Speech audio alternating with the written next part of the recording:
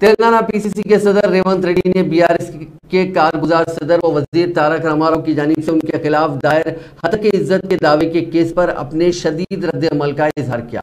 रेवंत रेड्डी ने इस खुसूस में वजीर मौसूफ को इंतबाह दिया कि अगर वो उनके खिलाफ जारी करदा नोटिस को वापस नहीं लेते हैं तो ऐसी सूरत में फौजदारी कार्रवाई की जाएगी। मीडिया के लिए जारी बयान में रेवंत रेड्डी ने कहा कि अलहदा रियासत तेलंगाना की तहरीक में केटीआर का कोई रोल नहीं था। वो अमेरिका में मुकीम थे और जब तेलंगाना की तहरीक आखिरी मराहल में पहुंच चुकी थी तो उस वक्त केटीआर अमेरिका से हैदराबाद पहुंचकर तेलंगाना की अलहदगी के लिए जारी तहरीकों में तस्वीर खींचकर मीडिया को जारी की।